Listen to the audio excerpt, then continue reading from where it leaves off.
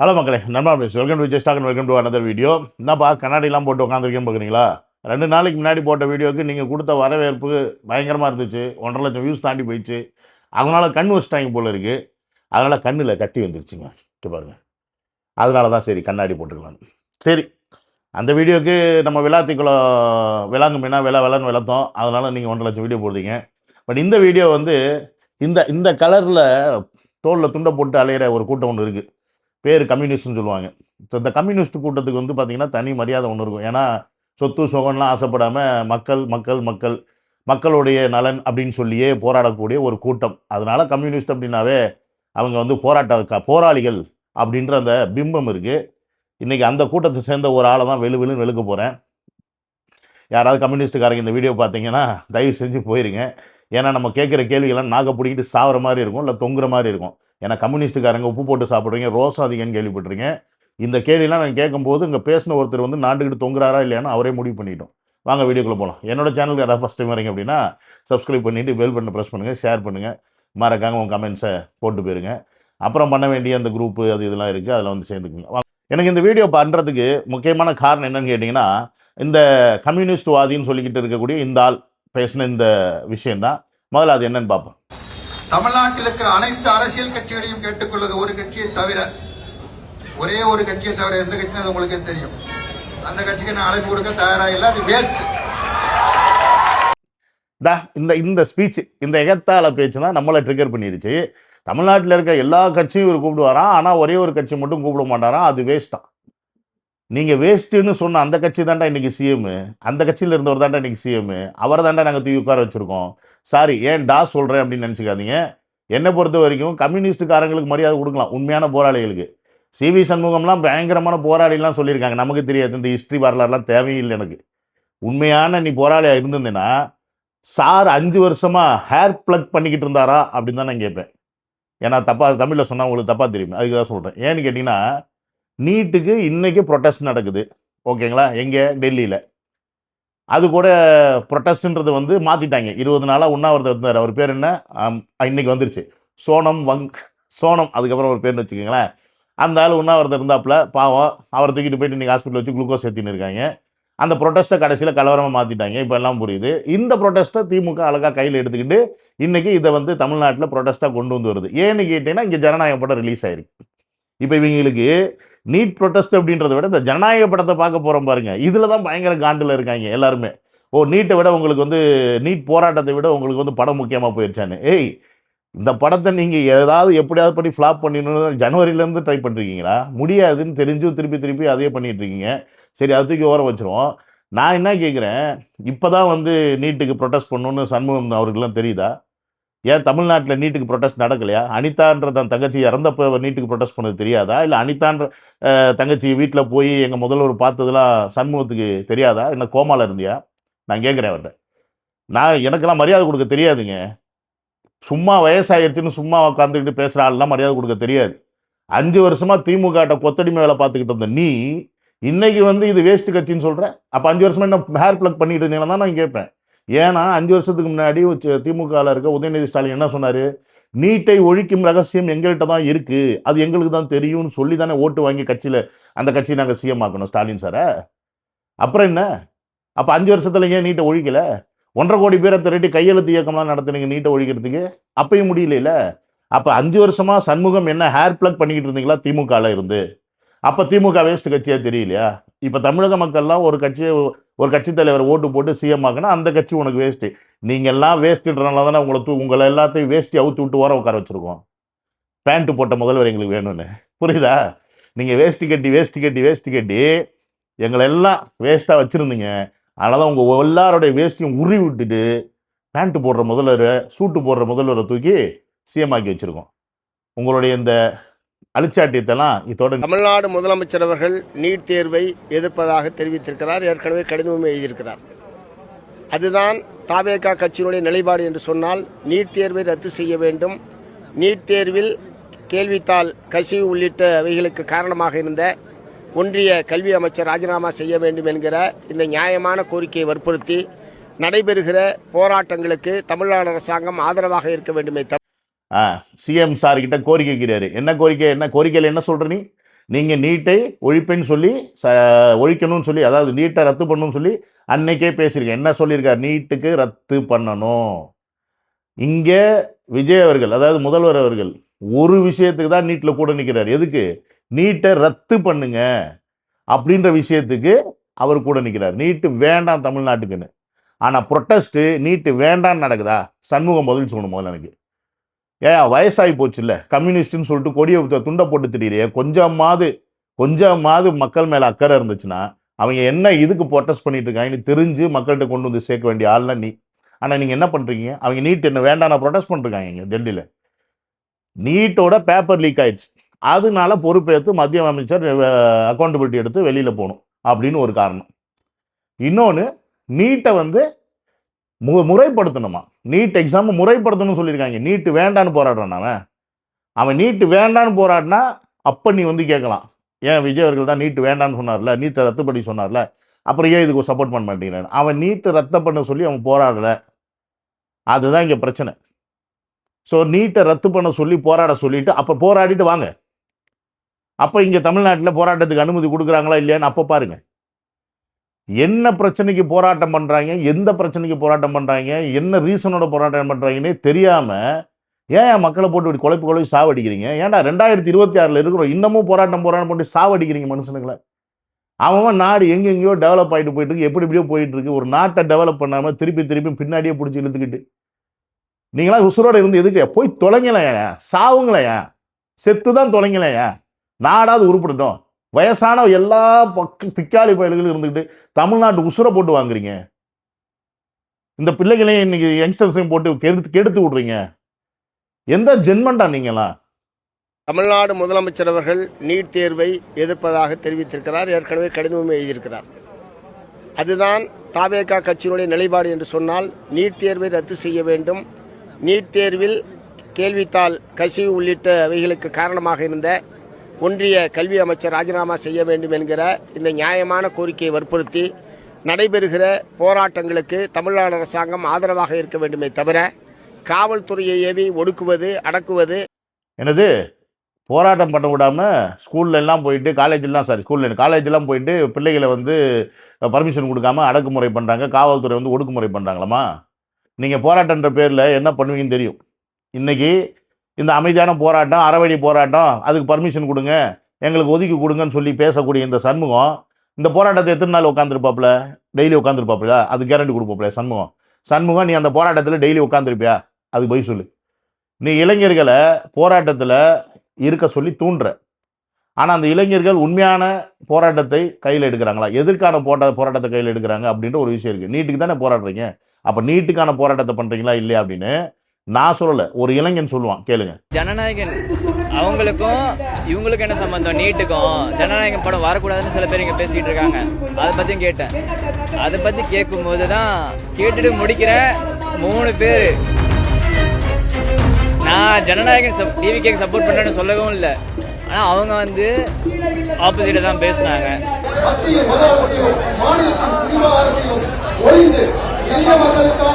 ஜனநாயகன் அவங்களுக்கும் இவங்களுக்கும் என்ன சம்பந்தம்? நீட்டுக்கும் ஜனநாயகம் படம் வரக்கூடாதுன்னு சில பேர் இங்கே பேசிக்கிட்டு இருக்காங்க. அதை பற்றியும் கேட்டேன். அதை பற்றி கேட்கும்போது தான் கேட்டுட்டு முடிக்கிற 3 பேர் நான் ஜனநாயகன் டிவிகேக்கு சப்போர்ட் பண்ணுறேன்னு சொல்லவும் இல்லை. ஆனால் அவங்க வந்து ஜனநாயகன் அவங்களுக்கும் இவங்களுக்கும் என்ன சம்பந்தம்? நீட்டுக்கும் ஜனநாயகம் படம் வரக்கூடாதுன்னு சில பேர் இங்கே பேசிக்கிட்டு இருக்காங்க. அதை பற்றியும் கேட்டேன். அதை பற்றி கேட்கும்போது தான் கேட்டுட்டு முடிக்கிற 3 பேர் நான் ஜனநாயகன் டிவிகேக்கு சப்போர்ட் பண்ணுறேன்னு சொல்லவும் இல்லை. ஆனால் அவங்க வந்து ஆப்போசிட்டை தான் பேசினாங்க.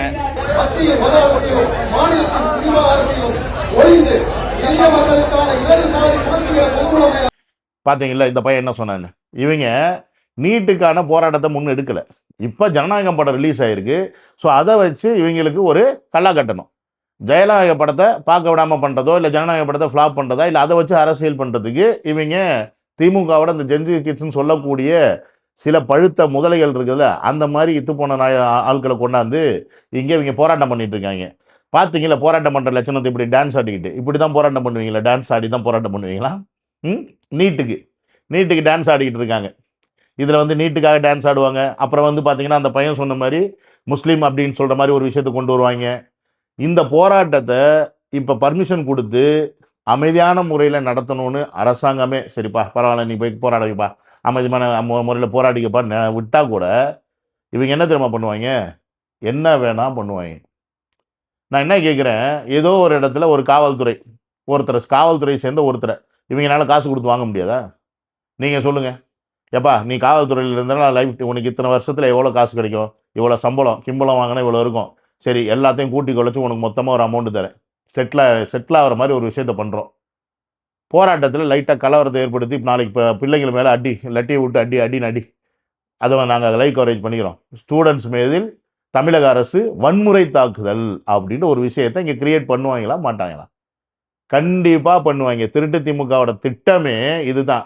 நான் என்ன கேட்குறேன், தமிழ்நாட்டில் இருக்க உளவுத்துறையெல்லாம் என்ன வாயில் விரல வச்சு சாப்பிட்டு இருக்காங்க நினைப்பா மிஸ்டர் சண்முகம் அவர்களே, எங்களுக்கும் தெரியும். உங்கள் டயத்தில் இருந்த உளவுத்துறை என்ன பண்ணுச்சுன்றது உங்களுக்கு தெரியும். ஆனால் இப்போ இருக்க உளவுத்துறை நீங்கள் போராட்டன்ற பேரில் தமிழ்நாட்டில் என்ன பண்ண பார்க்குறீங்க, எப்படி வந்து இளைஞர்களை வச்சு வன்முறை உருவாக்க பார்க்குறீங்க அப்படின்ற விஷயம் எல்லாமே தமிழக அரசுக்கு போயிடுச்சு.